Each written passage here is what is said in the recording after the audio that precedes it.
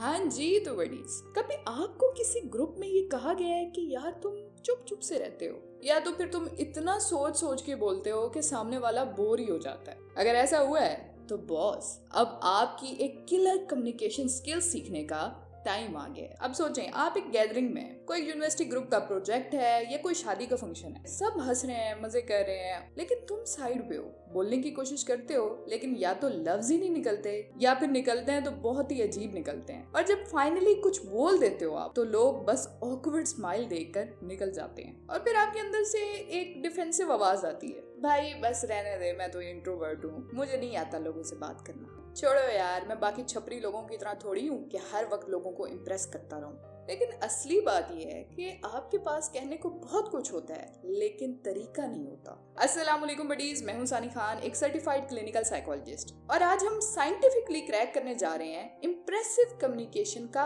असली फॉर्मूला, यानी वो स्किल जिसके बगैर दुनिया में बेस्ट आइडियाज भी इग्नोर हो जाते हैं। और दोस्तों, ना इस वीडियो में आपको कोई लंबी लिस्ट मिलेगी, ना ही कोई 20 तरीके, बस एक बहुत ही पावरफुल और helpful solution with brain hacked psychology जो आपके लिए वाकई काम करेगा। तो आइए चलते हैं उस सॉल्यूशन की तरफ। सबसे पहले समझो कि communication failure is not at all about lack of vocabulary. ये होता है इमोशनल फ्रीज होने का नतीजा। एक न्यूरो साइंटिस्ट हैं जोसेफ, जिनकी रिसर्च के मुताबिक जब हम अनफेमिलियर लोगों के सामने आते हैं तो हमारा एमिगडाला ट्रिगर होता है, यानी ब्रेन का फियर सेंटर, जिसकी वजह से प्रीफ्रंटल कॉर्टेक्स एरिया, जो कि हमें डिसीजन में, लॉजिक में, थिंकिंग में, जजमेंट में, सब में हेल्प करता है, वो ब्लॉक हो जाता है। इमोशंस ओवर पावर कर जाते हैं, जिसकी वजह से हम कम्युनिकेशन फेलियर फेस करते हैं। मतलब जब आप इम्प्रेस करने की कोशिश करते हैं तो आपका थिंकिंग और एक्सप्रेसिंग एरिया जैम हो जाता है। इसलिए या तो आप साइलेंस चूज कर लेते हो या फिर ऑकवर्डनेस। अब इसका सोल्यूशन क्या है? आप बहुत ही केयरफुली सुने। लोग आपके लफ्जों से नहीं, आपकी एनर्जी से इम्प्रेस होते हैं। यानी अगर आप सोच सोच के हर लफ्ज को तोल तोल के बोल रहे हो तो सामने वाला एक ऑकवर्डनेस महसूस करता है। लेकिन अगर तुम अपने कंटेंट से ज्यादा अपने कंफर्ट पे फोकस करते हो तो तुम ऑटोमेटिकली इम्प्रेस करते हो। That's why one killer hack, train yourself to think out loud, not think to speak. Yes, this is the secret sauce. Think to speak का मतलब होता है हर वर्ड फिल्टर करना। जैसे यार मैं ये बोलूंगा, वो बोलूंगा, यार ऐसे कहूंगा तो लोग ऑफेंड हो सकते हैं, वैसे कहूंगा तो लोग इम्प्रेस हो जाएंगे। ये वर्स्ट टेक्निक है, दिमाग ब्लॉक हो जाता है इससे। बस इस चीज को आपको बदलना है। Instead of thinking to speak, just think out loud, honestly and genuinely, जिसका मतलब है नेचुरली, जैसे आप दोस्तों से बात करते हो वैसे खुद से सोचो, असली में क्या सोचते हो, क्या पर्सपेक्टिव है इस मामले में तुम्हारा, इस मामले में जेन्युइन ओपिनियन क्या है तुम्हारा। अब इस स्किल को बिल्ड कैसे करना है? आपने वॉइस नोट प्रैक्टिस करें। आपको हर दिन के सिर्फ 5 मिनट चाहिए। हर दिन एक टॉपिक चूज कर लो।